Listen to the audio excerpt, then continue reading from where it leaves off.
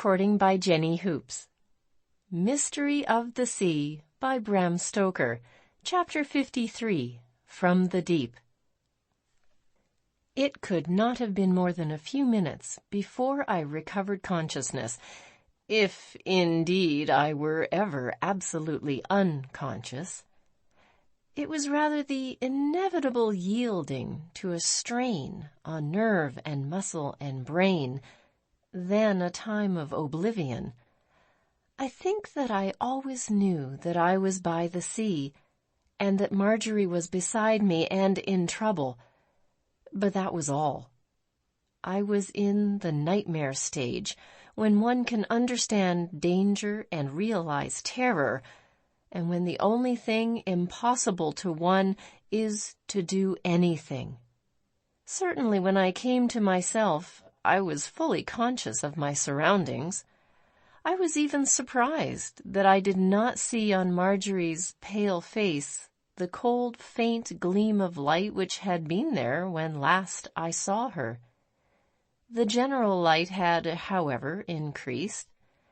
The strand and the rocks looked now not black, but inexpressibly drear, in the uniform gray which seemed to make all color and shape and distance into one sad, flat screen. My first work was, of course, to attend Marjorie. For a while I feared that she was dead, so white was she amid the surrounding gray. But her heart still beat, and her breast moved, though very slightly, with her breathing. I could now see that we were in Broad Haven, and so close to my own home. I could see through the pierced rock called the Puyrman. I took my wife in my arms and carried her, though with infinite difficulty, for I was sorely exhausted, up the steep path and brought her into the house. I had to break the door in again, but there was no one to help me or to interfere in the matter. I got some brandy and poured a few drops into her mouth and laid her in a pile of rugs whilst I lit the fire. The supply of whin bushes in the wood-house was not exhausted, and very soon there was a roaring fire. When Marjorie opened her eyes and looked around the room, a certain amount of consciousness came to her. She imagined the occasion of her being with me was the same as when we had escaped from the flooded cave. Holding out her arms, she said to me with infinite love and sweetness, "Thank God, dear, you are safe." A moment later she rubbed her eyes and sat up, looking wildly around as one does after a hideous dream. In her survey, however, her eyes lit on her own figure, and a real wave of shame swept over her. She hastily pulled the rug round her shoulders and sank back. The habit of personal decorum had conquered fear. She closed her eyes for a moment or two to remember, and when she opened them, was in full possession of all her faculties and her memory. "It was no dream. It is all real, and I owe my life to you, darling, once again." I kissed her, and she sank back with a sigh of happiness. A moment later, however, she started up, crying out to me, "But the others, where are they?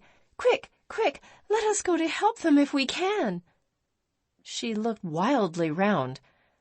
I understood her wishes, and hurrying into the other room brought her an armful of her clothes. In a few minutes she joined me, and hand in hand we went out on the edge of the cliff. As we went, I told her of what had happened since she became unconscious in the water. The wind was now blowing fiercely, almost a gale. The sea had risen, till great waves driving amongst the rocks had thrashed the whole region of the Skares into a wild field of foam. Below us, the waves dashing over the sunken rocks broke on the shore with a loud roaring, and washed high above the place where we had lain. The fog had lifted, and objects could be seen even at a distance.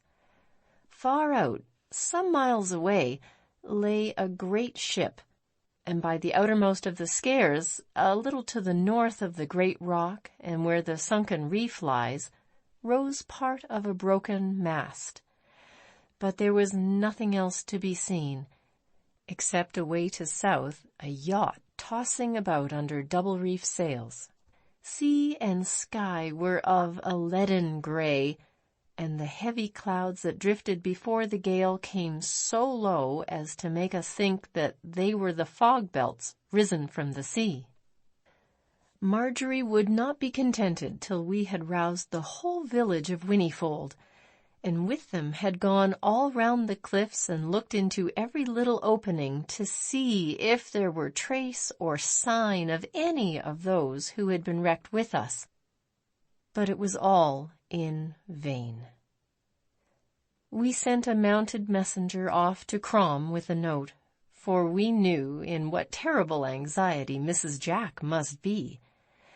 In an incredibly short time the good lady was with us, and was rocking Marjorie in her arms, crying and laughing over her wildly. By and by she got round the carriage from the village, and said to us, "And now, my dears, I suppose we had better get back to Crom, where you can rest yourselves after this terrible time." Marjorie came over to me, and holding my arm looked at her old nurse lovingly, as she said with deep earnestness, "You had better go back, dear, and get things ready for us. As for me, I shall never willingly leave my husband's side again." The storm continued for a whole day, growing rougher and wilder with each hour. For another day it grew less and less, till finally the wind had died away, and only the rough waves spoke of what had been. Then the sea began to give up its dead. Some seamen, presumably those of the Wilhelmina, were found along the coast between Whinnyfold and Old Slains, and the bodies of 2 of the blackmailers, terribly mangled, were washed ashore at Cruden Bay. The rest of the sailors and of the desperadoes were never found. Whether they escaped by some miracle, or were swallowed in the sea, will probably never be known.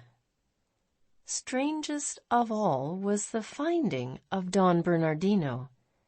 The body of the gallant Spanish gentleman was found washed up on shore behind the Lord Nelson rock, just opposite where had been the opening to the cave in which his noble ancestor had hidden the Pope's treasure. It was as though the sea itself had respected his devotion and had laid him by the place of his trust. Marjorie and I saw his body brought home to Spain when the war was over, and laid amongst the tombs of his ancestors. We petitioned the Crown, and though no actual leave was given, no objection was made to our removing the golden figure of San Cristobal, which Benvenuto had wrought for the Pope. It now stands over the Spaniard's tomb in the church of San Cristobal in Far, Castile. End of chapter 53, From the Deep. Recording by Jenny Hoops. End of Mystery of the Sea by Bram Stoker.